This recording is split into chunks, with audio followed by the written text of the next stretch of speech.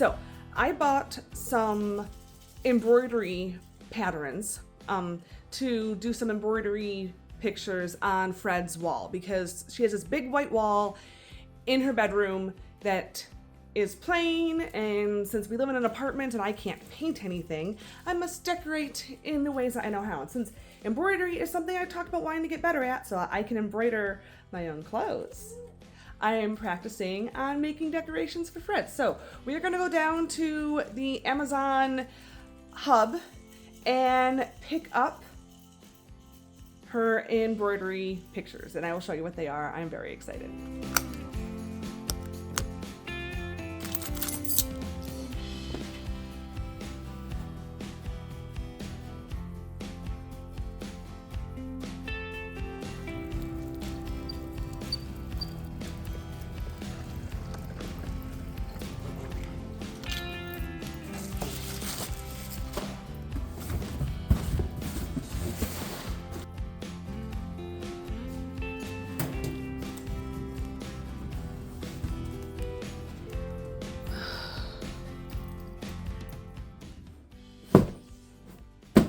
All right,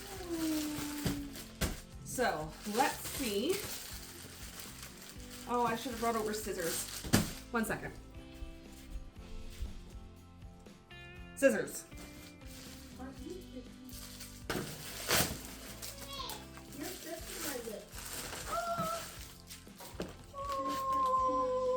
Okay, so this one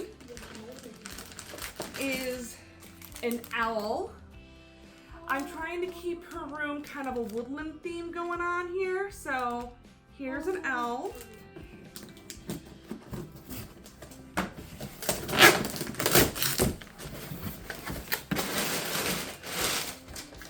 Wow, a very big box for just one of these. So this one is a fox.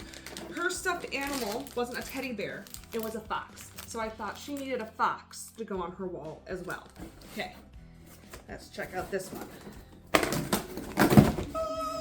All right, this one has 2 items in it. One of them is a birthday present for Fred.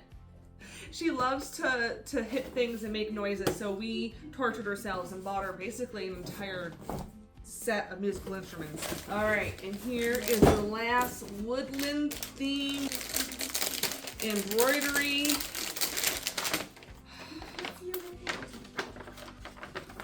So, it's beautiful. That's my niece Drew over there in the background. She is visiting for about 2 weeks.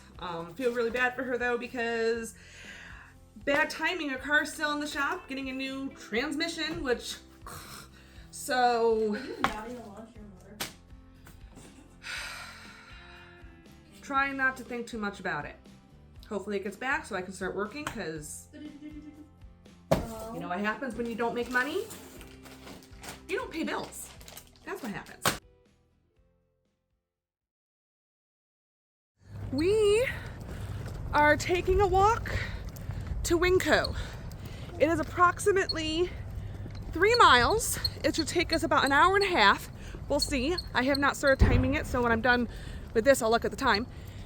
And I'm doing this because our car is still in the shop, and I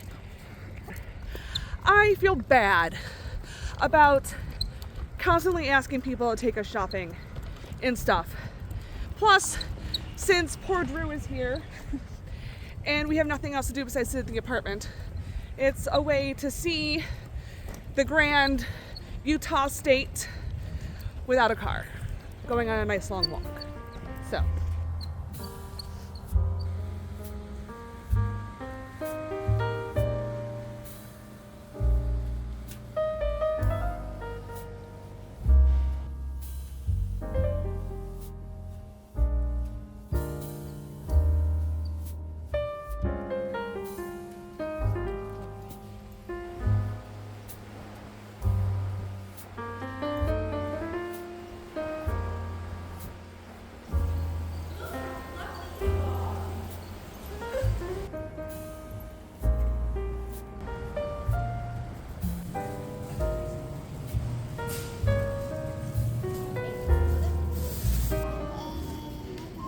So this is a couple days later, and this is kind of editing Drew here. One, I realized I forgot to kind of close out the shopping trip part of the video. We took a lift home because we weren't going to walk the 3 miles back. And it took us about 2.5 hours to walk there. So I guess it's almost like a mile an hour, which, but we had a baby, whatever. And she did really good. I was so shocked. She did so good. She started getting a little, ornery at the end, wanting to get out of the stroller and everything. But I gave her my phone, which, even though all she does is I'm gonna play with your phone like that. And will accidentally put my phone in certain modes that I had no idea were possible. My phone was on do not disturb for the longest time. And I kept on why am I not hearing my phone go off? I keep on turning the ringer on, turning it up, make sure it's not on vibrate and whatever. And I still was missing calls. Figured out that it was on do not disturb, which I didn't even know you could do. So it's obviously one of her hand playing things that did it. And we got her a whole bunch of noisemakers for her birthday, which was yesterday. Or at least I think it's going to be yesterday by the time I get this video actually posted. So definitely didn't get the blanket done. But she's been playing with her noisemakers and having a lot of fun with her cousin. So that makes me very happy, which actually allows me to do some filming without her running around, and we don't have her background noise, which has been nice. But I realized when I was editing, I kind of missed closing that video out. And so I'm jumping between using this lovely camera or my phone and trying to figure out which one's either better for me to use on a regular basis. The problem with this camera is that it does not have a tracking focus for my face. So if my face moves, it's out of focus. And even then, in order to get it in focus, I have to, obviously use objects to try and get my face in focus. And this is a photography camera. It is not a vlogging camera. And vlogging is something I'm fairly new to. If you cannot tell, anyone who's still watching this, thank you very much. I am learning. I am gonna grow. It's gonna get better, but right now it's very rough and probably very boring for most people.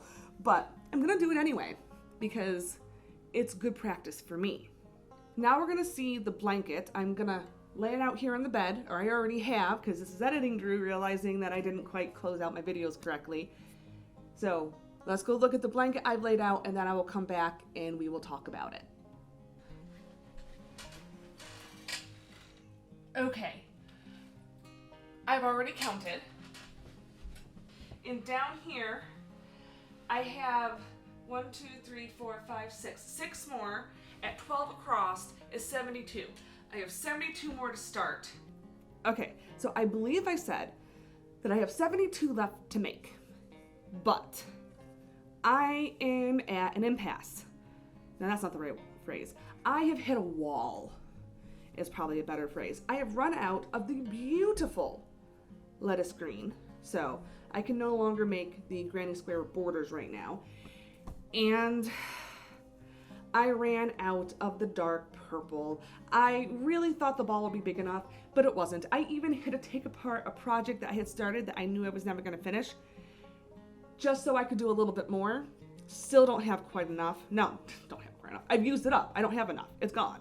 It is gone. And technically, I do have some of the green, but it's the overworked yarn that I don't want to use because I don't like the stitches that it makes. And since I'm making this blanket for Fred, I really want this to be done well. I want the granny squares to look really nice, and I don't want to look back at them and go, oh, I can tell it's overworked yarn. But I'm going to use the overworked yarn for things for myself that I don't care if it's overworked. It's not, they're not gifts. I'm not going to use the overworked yarn for gifts. I'll use the overworked yarn for something for me. So I'm at an impasse. And until we get the car back, which will hopefully be sometime this week, I can't go buy any more yarn. And even then, it's probably not in the budget for me to go buy yarn right now. So I am going to be working on my other projects. I have those, the cross stitching that I bought and unpacked earlier in the episode. I want to definitely start working on those. I'm very excited. So I can get up my cross-stitching skills and, not cross-stitching, similar, but not the same, my embroidery skills, and I can start embroidering my own clothes, which I'm very excited about. Because, you know, it's like making a little painting on my clothes. It just tickles me to death. I'm so excited. I really hope that the vision I have for my life and my creativity like comes to fruition. I really, really, really hope that. And this documentation is going to be so much fun for me because I can look back and, one, see my growth, and two, have a documentation of the stuff that I've done, which is just, it tickles me. So I'm very excited. I really hope I can continue to work down this path, even though life keeps throwing me curveballs. It's okay though. It's okay. I will figure out how to dodge them, hit them, roll them around, move them back, and keep progressing. I will do it.